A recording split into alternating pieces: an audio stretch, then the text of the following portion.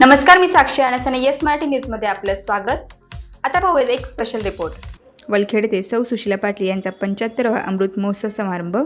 वलखेड तालुका दिंडोरी येथील शेतकरी खरेदी विक्री संघाचे व्हाईस चेअरमन श्री रघुनाथ पाटील व सोमनाथ पाटील यांच्या मातोश्री सौ सुशीलाबाई पोपट पाटील यांचा अमृत महोत्सवी 75वा वाढदिवस शनिवार दिनांक 23 मार्च रोजी सायंकाळी 4 ते 6 तेथील दत्तकृपा लॉन्स वलखेड फाटा येथे संपन्न झाला. येथे सौ सुशीलाबाई पाटील यांचा अमृत महोत्सवी समारंभ व सुशीलाबाई व पोपटराव रंगनाथ पाटील यांचा विवाहाचा 97वा वाढदिवस अभिष्टचिंतन सोहळ्यानिमित्त सायंकाळी 4 ते 6 वाजता हरिभक्त पारायण अनिल महाराज तुपे आळंदीकर यांच्या जाहीर कीर्तनाचा कार्यक्रम येथे संपन्न झाला. यावेळी महाराजांनी आपल्या कीर्तनात सांगितले की 100 वर्ष जगायचे असेल तर 5 गोष्टी टाळा: व्यसन, परस्तिगमन, अति झोप, चांगल्या लोकांची निंदा व विनाकारण निर्माण केली जाणारी भांडण थांबवा.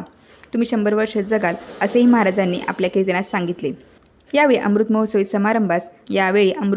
समारंभास आमदार नरहरी झिरवाळ, श्री रामजी शेट्टे, माजी आमदार धनराज महाले, गणपत आबा पाटील, प्रकाश शिंदे, मविप्र संचालक प्रवीण नाना जाधव, खरेदी संघ चेअरमन बाळासाहेब जाधव व सर्व संचालक प्रकाश कड, भास्कर बगरे, राजेंद्र उफाडे, गंगाधर निखाडे, वसंत थेट्टे, विठ्ठल अपसुंदे, पांडुरंग गडकरी, निवृत्ती महाराज शिंदे, ज्ञानेश्वर शिंदे, माणिकराव पाटील, तुषार वाघ, नारायण राजगुरू, नरेंद्र जाधव, जयवंत जाधव, समाधान अपसुंदे, योगेश बर्डे, सचिन बर्डे, विलास कड, गुलाबताता जाधव, दिलीप शिंदे, पोलीस पाटील वामन पाटील, निलेश शिंदे, शिवाजी शिंदे, संपतराव शिंदे, सुनील शिंदे, संजय पाटील, बबन पाटील, आनंद राजगुरू, सतीश पाटील, हरिभाऊ पाटील, वाळू पाटील आदी बहुसंख्य पदाधिकारी, मार्केट कमिटी सभापती व संचालक, शेती खरेदी विक्री संघ संचालक, कांदा कारखान्याचे सर्व आजी माजी सर्व संचालक व ग्रामस्थ उपस्थित होते. भजनाकरता आपण वार निवडले बाबा भजनाकरता वार निवडले कोणते? सोमवार आणि गुरुवार. मग इतर वार भजनाला घात वार आहे का? नाही, इतर वारी भजन करू नये. आणि जर जसे भजनाला हे 2 निवडले तर संसाराला कोणते निवडले? बोला. असलेले 7 कमी पडून राहिले. इतकं प्रेम आमचं संसारामध्ये. मग बरोबर तुकोवर आणि मेघ ओळखली आणि घाव घातला की पहिले अगोदर संसारावरचं प्रेम काढा आणि देवाकडे लावा. देवाला सोडा म्हणून सांगितलं नाही. बरं का?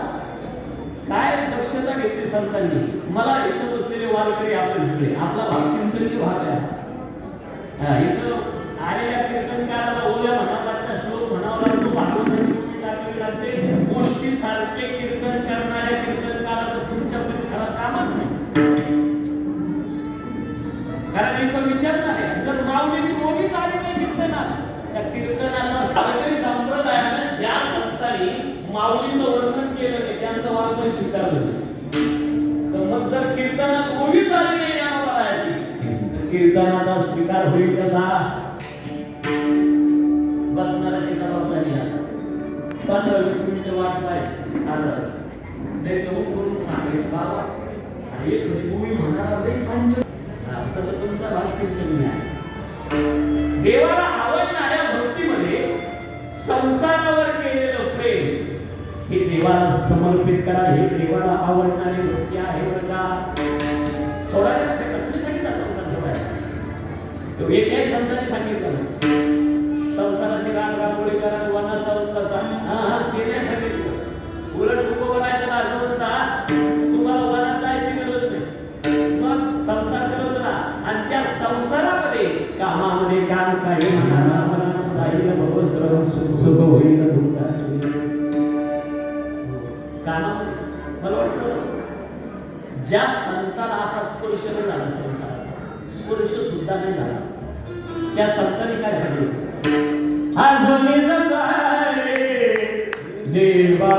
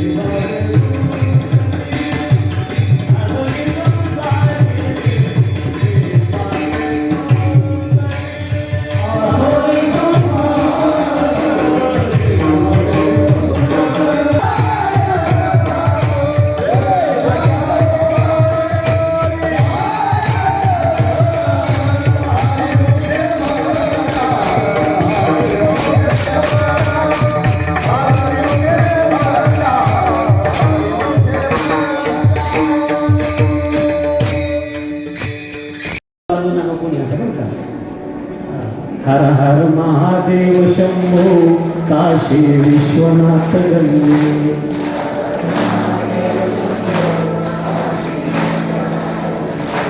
हर हर महादेव शंभो काशी विश्वनाथ गंगे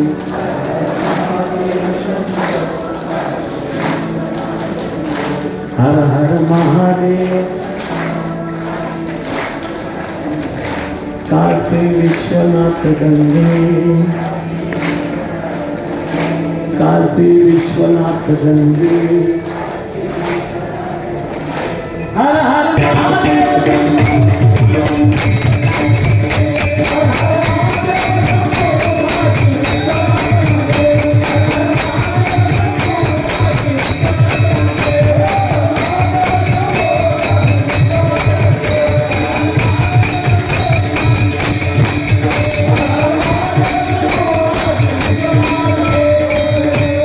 स्मार्टसाठी नारायण राजगुरू वलखेड. अशाच प्रकारच्या ताज्या घडामोडींसाठी येस मराठी न्यूज यूट्यूब चॅनलला शेअर करा, सबस्क्राईब करा, लाईक करा आणि पाहत राहा येस मराठी न्यूज.